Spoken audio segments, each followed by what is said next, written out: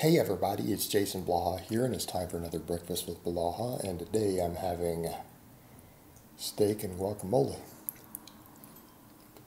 Alright, let's talk about a lot of the problems with the stuff that gets promoted by a lot of these quote-unquote influencers.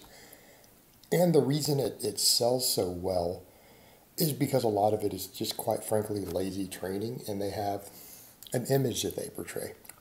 But the fact of the matter is, when you look at these guys and you take them off the camera, you realize that most of them are not big, in spite of the fact that they use stuff, by the way. And I know that's not necessarily a contradiction. Their training is just that bad, right? And they don't eat. So therefore, they don't have any size, even though they might be using stuff to help them get a certain look a little bit. But the reason I say this is that they're not big and they look big on camera, and then the difference is, when you guys see me not sitting here on camera by myself, I'm around other people, such as a while back I put up a picture of me grabbing lunch with a friend of mine who is a bodybuilder. Again, people's commented all on the Facebook fitness page that, wow, you're a lot bigger than we thought you were. It's kind of like the jokes I said in the past where that's come up at expos and events. So the point is, there's a difference between chilling on camera by yourself, looking big, especially if you're good with angles, versus actually having any muscle. And the problem is that these guys are pretending like they know how to actually gain muscle, when the truth is they are only training really small muscles in their body, right? And they're not even training them necessarily optimally. Just keep in mind, they're training them enough to get some muscle growth. And then because they're on camera and they get lean, they're good with angles, they might look like they have some muscle. They might look like they have some muscle because they look like they have big arms because they don't have anything else, right? When you're really small, like when you are literally almost a non-lifter, or you have the amount of muscle in your body that you would expect someone with 6 months in the gym to have, a novice. Through 80% of your body, your proportions look bigger in those show muscles. That's only on camera.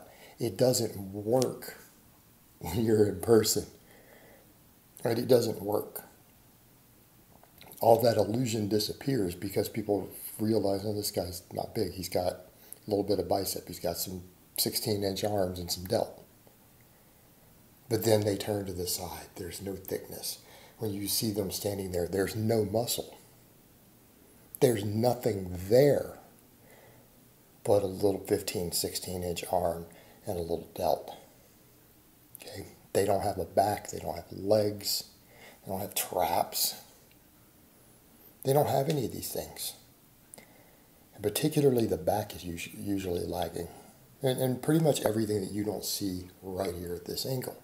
But again, it's about angles, lighting, and proportion.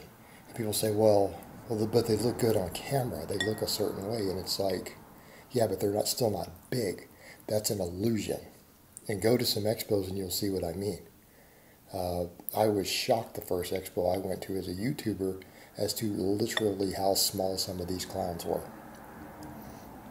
And on top of that, sometimes it's funny, a lot of their fans are bigger than they are, and the fans don't even seem to sometimes realize that they meet them on camera. They're so excited to see them.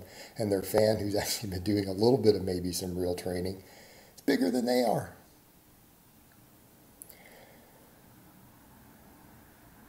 But the other problem is that their followers stay small.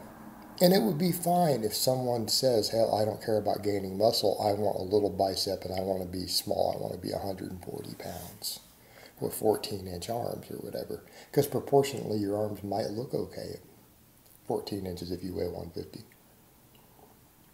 And if you get real lean and get a camera pump at certain angles, people are going to say, oh, that guy looks pretty big. He looks like he lifts.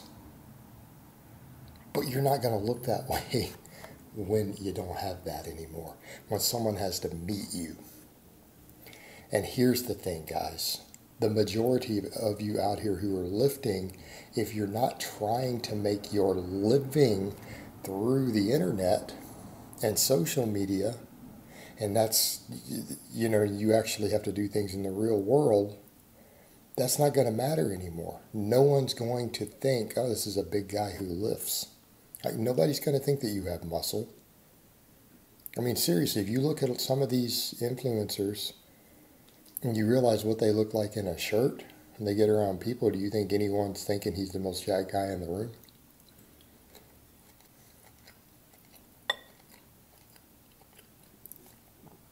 No. And guess what? Their followers who are trying to emulate the same things, no one's going to think that about them either, because they're going to have less time in than that guy in. They might not even be using the little bit of help he's using, right? And a perfect example are, what do I mean by silly training? I don't know. Trying to train all 3 heads of your tricep with a separate single joint exercise when you have no back. You can't even bench press, okay? That's what I'm talking about. Obsessing over individual heads of a muscle with single joint exercises. And in fact, when you start viewing single joint exercises as the primary means to hypertrophy instead of to fix weak points, right? Because that's the only use for a single joint movement. I want to be very clear there. That is the only use for them. They don't get you big. No one is putting on appreciable size, well, unless it's other things helping them do it. And even then, I don't think people realize how much it takes for it to really help. They seem clueless about that too. But they're there for the purpose of bringing up a weak point, adding a little bit of extra work to a weak point, maybe because you can't get enough bigger exercises to get the volume you need for that area due to overall recovery. That is where single joint exercises fit. That's where they shine. That's where they excel. That is their only purpose. But when these guys are standing here saying, oh, we need 3 different single joint movements to thoroughly work this one small muscle, and it's a show muscle, guys. It won't be a big muscle in the body. When they're putting that sort of focus into it,